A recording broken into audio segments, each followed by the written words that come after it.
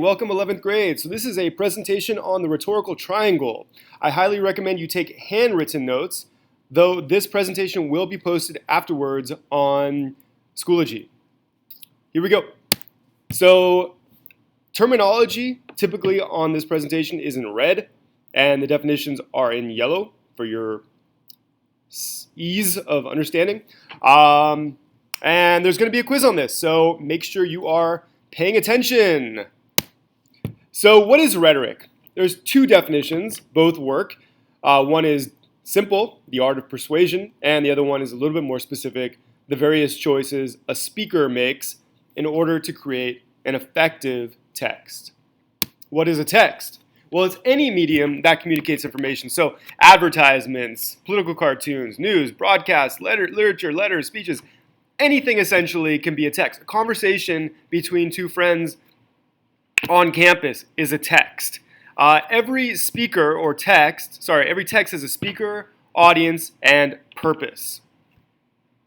That is the essence of the rhetorical triangle. And then every text uses some kind of technique to convey that purpose. So here's a visual of the rhetorical triangle. At the top you have the speaker. The speaker must develop credibility. They must develop their ethos. If they don't have credibility in a certain field to make that argument, then of course no one's going to believe them. And of course the speaker is always speaking to some kind of an audience. And so the speaker needs to move that audience. And when we talk about moving the audience, we're talking about pathos. We're talking about conveying some sense of emotional importance behind the argument. And of course, ultimately, there has to be a purpose or argument to that text. So that's the rhetorical triangle. You have ethos connecting to pathos, connecting to logos. So here we go. What I want you to do is consider what is the rhetorical situation behind Martin Luther King Jr.'s I Have a Dream speech. A rhetorical situation is the context. It's the social, the political information, any background information. So take a moment to turn and talk. What is the rhetorical situation for Dr. Martin Luther King Jr.'s I Have a Dream speech? I'll give you 1 minute. Okay, moving on. So obviously, we're talking about the end of the Jim Crow era, the civil rights movement. We know that Martin Luther King Jr. was probably the primary civil rights leader at the time. He was eventually assassinated for his beliefs, that this was not the first speech. And very importantly, he gave this speech at the March on Washington, which had hundreds of thousands of attendees right in front of the Lincoln Memorial. So there's a lot of information that can be gathered about the speech and the context surrounding it. So here's some definitions. And these are terms that we're going to be commonly using this year. So speaker, purpose, audience, choices, exigence, and context. Obviously, the speaker is the person that's delivering a text. The purpose is, of course, what they are attempting to achieve, their goal.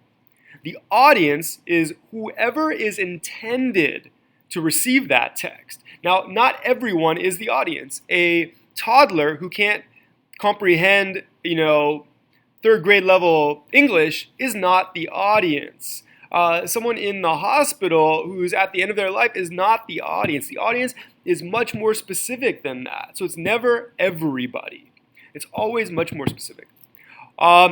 Choices. So here's a new term for you. Choices are all the things that someone might do in order to make a moving argument.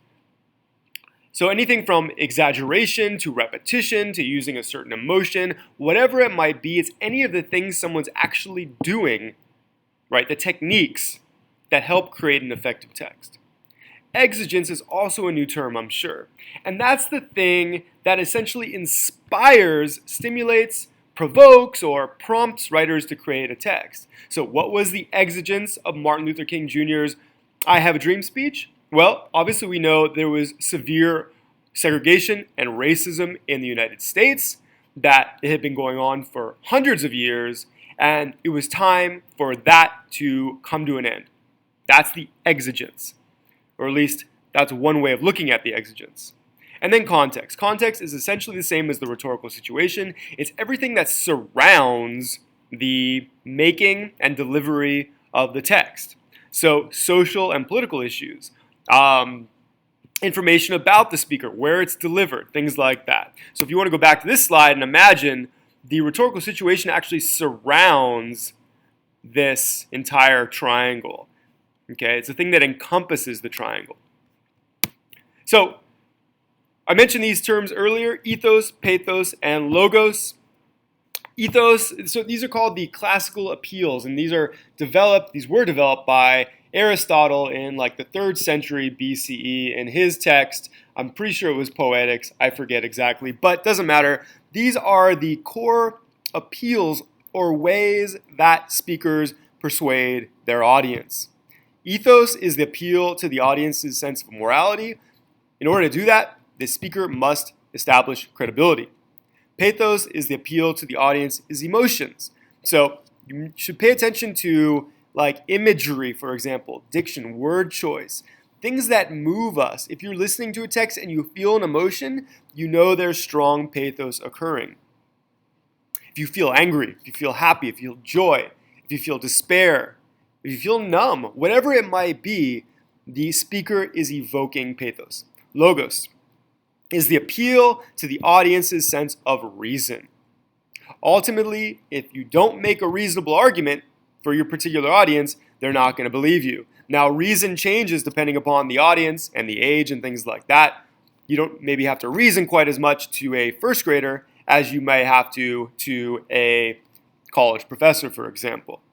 So you'll notice if there's logos, if the speaker's using facts, statistics, other data, if they're relying on expert testimony. These are all logical approaches, rational approaches to making an argument. To infer. So one of the things we do when we are looking at a text, because no one can say for sure what exactly the purpose is behind a text. Ultimately, it's always up to some degree of interpretation. And so our job is to make inferences, educated guesses based upon evidence about the author's choices and ultimately about what their purpose is. Because the author, even though they might tell you what their purpose is, there may be other claims that we have to make inferences about or other things they say that we have to kind of guess. And that's okay. That's what we do in English. We make guesses, we back our guesses up with evidence, and we move on. So the purpose of a text may not always be clear, and your job is to figure out what those choices are and how they function to make an effective text. Almost done. So what is text versus subtext? Well, this is the difference between what something says on the surface and making inferences. Text is literally the surface level. Okay? If I tell you that you look like a rose, probably don't mean it literally. There's some subtext there. Okay? What does it mean? You'll have to make those inferences. That's the subtext. Subtext is what lies below the surface. The subtext is the speaker's true intention. And by making inferences, you can discover the true meaning of a text. If you don't make inferences and you read everything on the surface, you're probably not really going to get the subtextual level and the author's true meaning behind what they're doing.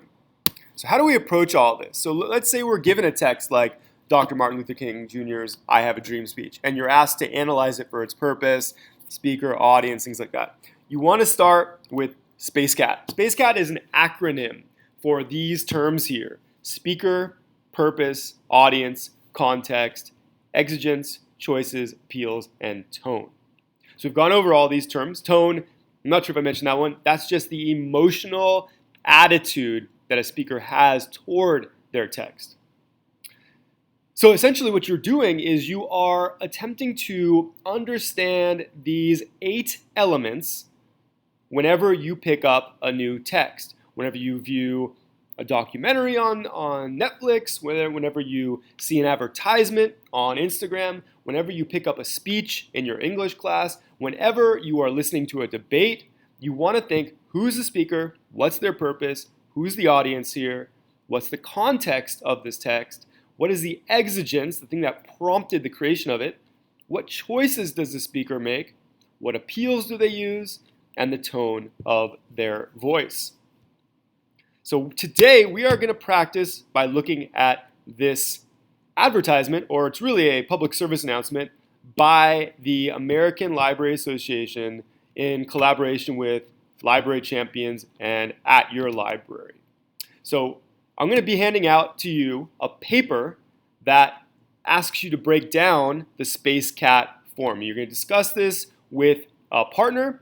You're going to fill it out, and at the end of the period, we're going to come back together and do some analysis. Make sure when you are looking at this text that you read everything, that you really look closely at what's going on. Look closely at this dude here and his body language. Look at this card here. Pay attention to size. Pay attention to color. Pay attention to the blurred background. Pay attention to the formatting of the overall document. Pay attention to the insignias here of these various organizations and this quote here and the size of the lettering, right? There's 3 different sizes here. Pay attention to what's written down here, okay? And also pay attention to what do you already know about this guy or about the organization for which he works.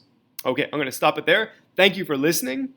If you have any questions, I'll take them now, and then we'll come back together in about 25 minutes to discuss this work. Thank you very much.